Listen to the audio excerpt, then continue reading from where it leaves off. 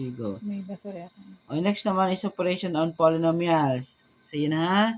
When we say polynomials, so ito yung mga tayong mga variables. Yan. May mga 1 term, 2 term, 3 terms. So, 1 term, monomial. Pag 2 terms, binomial. Pag 3 terms, trinomial. Pag 4 terms, ano ba ang 4 terms? Quartic. Yan. Okay. Then, in general, polynomials. Okay. So, yun. Now, mag-start tayo sa addition and subtraction ng polynomials. Okay. So, to be followed by multiplication then division. So, let's review. Sa operation ng polynomials, we can combine only those terms with similar variable. Okay? This is similar variables, so the same variables, same yung variable at the same din yung exponent. Hindi pwede yung x cube is not the same with x square. Ayan ha, hindi magkapareho. They are not like terms. Okay, so we can combine only those like terms. Sin ha? But the same rule we have to apply. Okay? So we have to look if there is a part of that expression that we need to change the sign. Okay? The same. For example, para mabilisan na, nahaba yung video kasi wala kasi memory, matagal mag-upload. Say for example, we have 2a squared minus 5a squared. Ayan. Itong terms na to, they are the same. Similar sila. Like terms, sorry. Not similar. Like terms, ang appropriate word. So, same ang variable. Basta ang titingnan nyo, same yung variable at same exponent. Okay? Ang exponent natin dito ay 2 at ang variable a. So, we can combine them. But then, we have to apply the rules. How many signs do you see? Do you have here?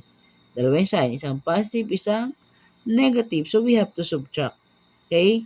Wala kang gagawin subtraction or addition ng exponent. So, just copy or subtract. Just copy the exponent. So, ang i-combine lang natin ay yung terms, yung constant term, o yung numerical terms. Yan. So, again, dalawang sign.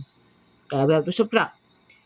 5a squared. So, na pala ito. 5 minus 2. 3. Just copy the variables. So, 3 squared. Then what sign we have to follow?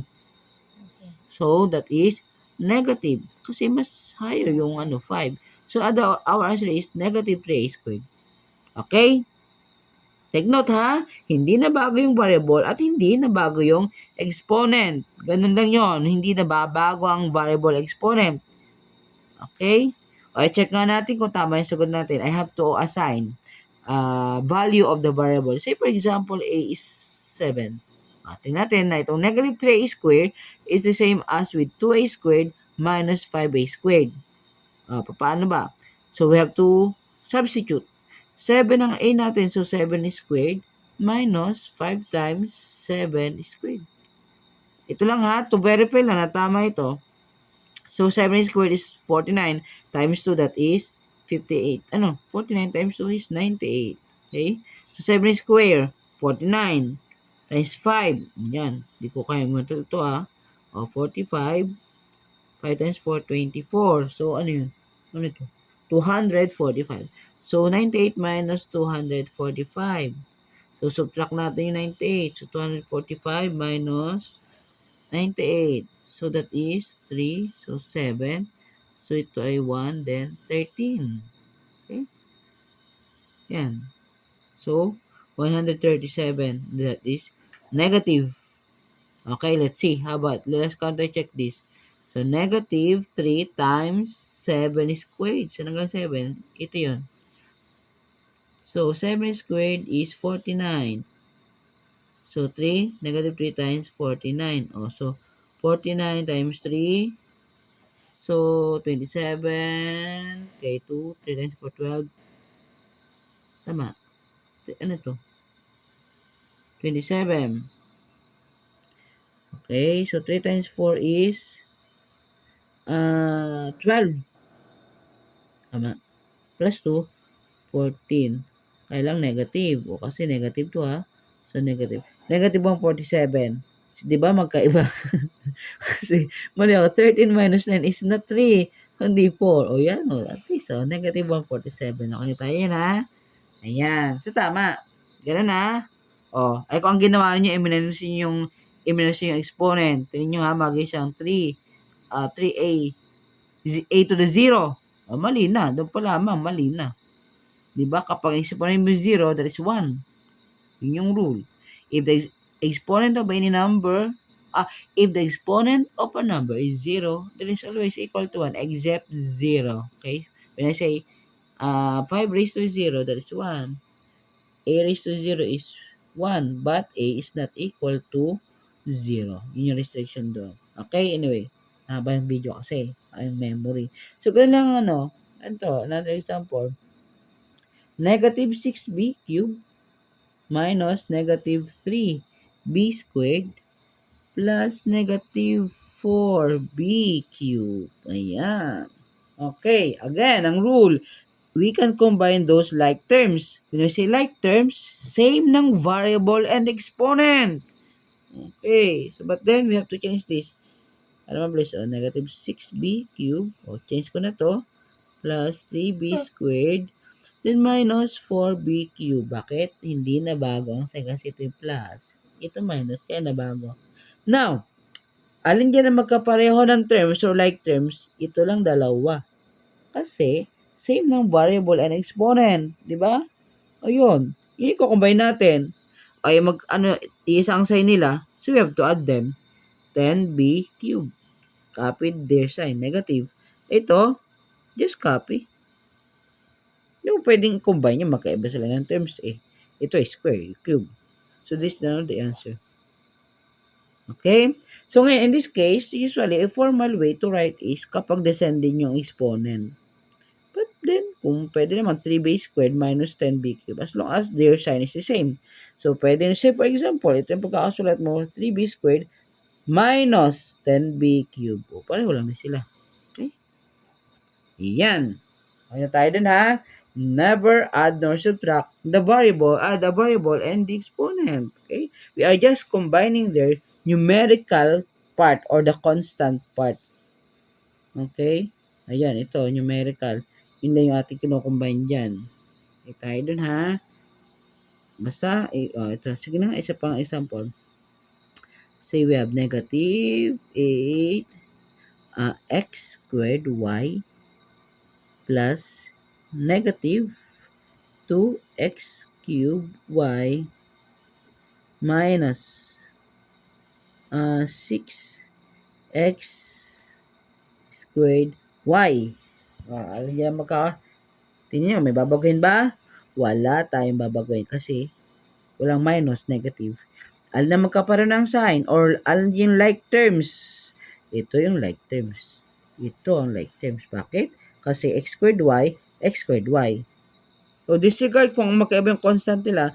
When we are talking about like terms, we are just concerned or focusing on the variables in exponent. Okay? Now, isa ang sign nila. So, we have to add them. 14. And ang sign nila, negative x squared y. Ito, wala. Just copy it. Negative 2x cubed y. So, yun. Okay? So, clear na tayo doon. Ilang minutes na yan. Okay na yan. Okay pa. Multiplication na tayo. Multiplication. Kasi ating instruction na perform the indicated operations. Number 4. Multiplication. So, this, yan. Sa multiplication, doon tayo mag-add ng exponent. Yung same variable, syempre, hindi mo pwedeng i-add yung exponent ng magkaibang variable. Okay? Now, multiplication. Itong part na ito, ha? Say, for example, 3a times negative 5a square, cube. Yan. So, multiply mo lang. 3 times 5, negative 5, Again, same rule, sign rule, or rule of sign. Isa yung negative, kaya negative 15. Then what will happen to the exponent? Just add the exponent, kaya may exponent na 1, ito, 1 yan. Then plus 3. For the sake of, just seeing what happened. Negative 15, a raised to 4. Yan. Hindi lang pinag-aada, exponent lang. Exponent kapag same ang variable. Okay? So, another example. Another example. Okay, so we have negative 7 m cubed n times 2 m n raised to 5 times negative m. Yan. Okay. Now, what is the sign of our answer here? Just let us, since multiplication, let us count the negative factors. So we have two negative factors which is not add, hindi siya add, kasi kung add, that is negative. Ay, hindi siya add, even, so that's positive. Okay, for the meantime, sulit ko muna yung positive sign, baka kasi malimot natin. So multiply 7 times 2 times 1, may 1 siya dito, that is 14. And then, yung m, exponent niya 3, exponent niya 1 dito, another exponent of 1, so 3 plus 1 plus 1, that is m raised to 5. Okay? So yun ha, 3 plus 1, may 1 yan. May 1. Tandaan, if there is no exponent indicated, it doesn't mean walang exponent. Never na ang variable ay walang exponent. Even constant, lagi may exponent yun. So kung walang exponent nakalagay, mean it is 1. Okay? Kaya naging 5 ba? 3 plus 1, that is 5. How about yung n? Ito may n, 1 ang exponent, may 5 na exponent. Ito wala, tayo nakitang n, so wala. So 1 plus 5, that is n raised to 6. Okay? So the answer is positive 14 m raised to 5 n raised to 6. You're just adding their exponent. Okay?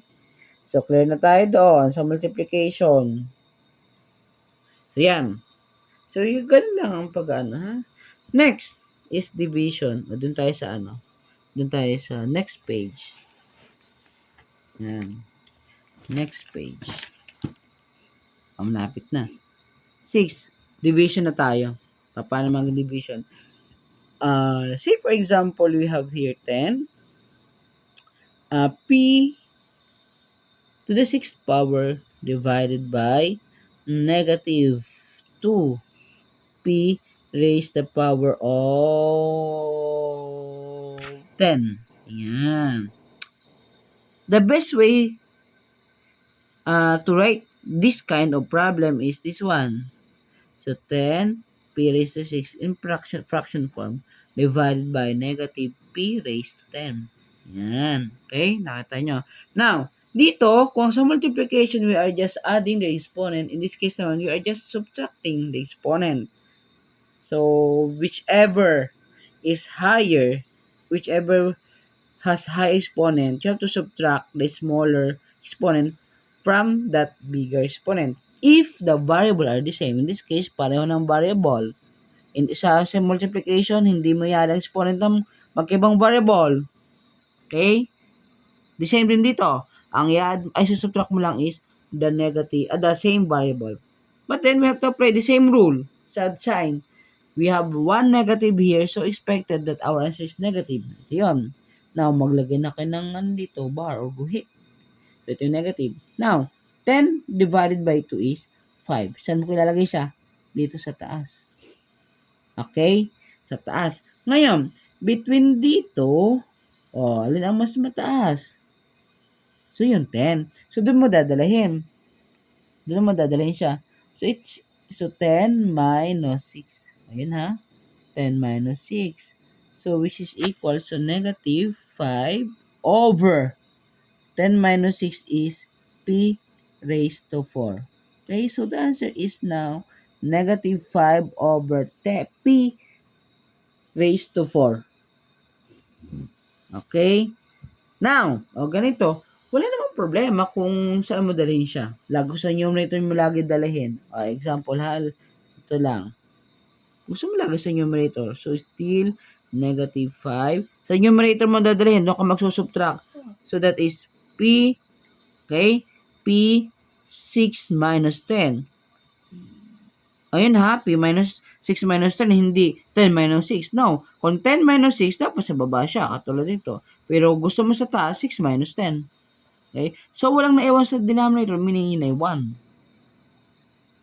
Okay? So now, let's continue this. I would like to show you na whatever, saan mo siya i-subtract sa numerator, sa denominator, no. That's just the same. Now, maganda siyang 5 p raised to 6 minus 10 is negative 4. Kaya lang, hindi po siya simplified. O take note of this ha. In polynomials, the polynomials is not yet simplified if there is zero exponent and negative exponent. If there is zero exponent or there is a negative exponent or both, yun, hindi pa siya simplified. So in this case, hindi pa siya simplified. To simplify this, okay, so we have to reciprocate and make the exponent positive. So reciprocate, 'di ba kanina may denominator tayo na 1. So meaning ito yung nasa numerator. So meaning nasa numerator ito. So reciprocate mo lang yung may negative exponent. Kung gumamit ka na, yung 5 hindi kasama sa i-reciprocate mo or hindi mo dadalhin sa denominator. So in this part, in this case, nasa numerator siya to make this positive. To make the negative 4 exponent be positive, we have to reciprocate, so that is now p raised to 4. Positive na. But what happened? Di ba nasa numerator siya? Ibaba mo lang siya para mabago yung sign ng exponent. Okay? So the answer is negative 5 over p raised to 4. Okay? So yun ha. Pag naging ganon, pag nagkaroon negative. Again, as I have said, hindi pa simplified kung may negative or zero exponent. So yun ha. Here tayo doon. So pinakita ko lamang sa inyo na kung saan mo siya dalhin, as long as you know the rule of sign, so it's not a problem. You will get the same answer. Okay? Another example. So ito, parang ganito lang yan. Ganito lang klase ang nangyari. Ipakita ko lang ha. Parang ganito lang yan. Nag-cancel lang din tayo na. Ipakita ko lang. No, parang 10 over 10 p raised to 6 over negative 2 p raised to 10. Parang nag-cancel lang tayo dito. Ito, yung talaga na nag-cancel o common factor lang niya siya actually ng numerator and denominator. Common factor. So ito ay 5, then ito ay 1. Dito, common factor nila is p raised to 6. So itong p raised to 6 is 1, then yung p raised to 10 is 4. What happened? 10 minus 6, 4. Ayun yun. Or ganito lang. Gusto ko pa. So that's why ito, 5. O negative ha. Ilagay sa gitna yung negative. So 5 times 1, that is 5. Then 1 times p raised to 4, that is p raised to 4. Okay? Now, ano yung nangyari dyan? Yung common factor lang din yan eh. 10, di ba? Yung p raised to 6, nasaan na? P raised to 6 is, ang dami itong p. Ano na p? P times p times p times p, ilan na? Times p, 6 na p. Divided by negative 2 times 10 p. P, okay? Ito na yung 6 na p. O, di ba considered na siya na 1? Okay? O, ito natin p times p times p times p times p. O, considered na, again, ito considered na 1. Itong part na to, ito yung p raised to 6. Okay, bakit? May tigi-isang exponent yan. 1, 2, 3, 4, 5, 6. O, the same manner din ito. Okay, considered 1 na sila. Kaya, ang natira, again, ito 5. So, itong part na to 1. So, 5 times 1. Kaya we have, dito, 5. Eh, kasi again, may negative. Kaya 0. Negative. Anong natira dito? Anong natira? Kasi ito 1 na ito eh. Diba? Yan, common factor nila. So, 1 times p times p times p times p, which is p raised to 4. Negative 5 over p raised to 4. So, ganyan lang ang division. Okay? Next, another example. Negative, 8 a squared b raised to 7 over c. Over c pati. C lang. All over, divided by negative 12 a to the 6th power b. Ayan. Okay? So again, dalawa yung negative, so expected na ours is positive. Kumita agad kayo dyan. So ngayon dito, Anong pwede, a common factor ng 8 saka ng 12? So, 4 yon. Kaya itong 8 magiging ng 2. Itong 12 ay magiging ng 3. Yan. Then dito, kung saan mas mataas, sabi nga, kung saan mas malaki yung exponent, doon mo siya dalhin. So, in this case, a squared, saka a raised to the 6 ito, 1. Then, ano yung a raised to the 6? Minus mo yung 2, so magkakaroon ng a raised to 4. Ayan ha. Ito yun, a raised to 4. And then, sabi naman, same variable na b. So, ito din. So, alin ang mas mababa o alin ang mas So, mangyayari ito ay 1. And then, itong b raised to 7 ay subtract exponent b raised to 6. Kasi ito may 1 exponent. Di ba? Kung napapansin niyo sa variable na yan, kung alin ang mas mababang variable, yun ang magiging, yes, mas mababang exponent, considered na 1 na yun. So, subtract ng exponent, di ba? Now, sa C, wala. So, meaning, yan niya. Retain lang dyan. So, anong natin sa numerator? Kasi ito, lagyan mo 2, then 2 ay 3. Di ba? So, 2 times 1 times b raised to 6. Okay? So, siya ay b raised to 6. Then, 2 ay 3 times a raised to 4 times 1. So, we have 3a raised to 4. So, again, positive. So, that's why our answer is 2b raised to 6 all over 3a raised to 4. Okay? So, yun. Yun yung magiging sagot natin yan. Okay? Question? I think wala nang question. So, yung ganyan lang siya kasimple. Huwag natin pahirapan pa siya. Basta as long as na you know how to multiply, to simplify, it is the same as simplifying fractions. It so happen lamang that we have already variables, so we are not on abstract algebra because variables considered abstract. Okay? So, yun lang yun. Basta, again, to simplify this, no negative and or zero exponent. And at the same time, syempre, yung numerical terms nila should have no should have no common factor other than 1.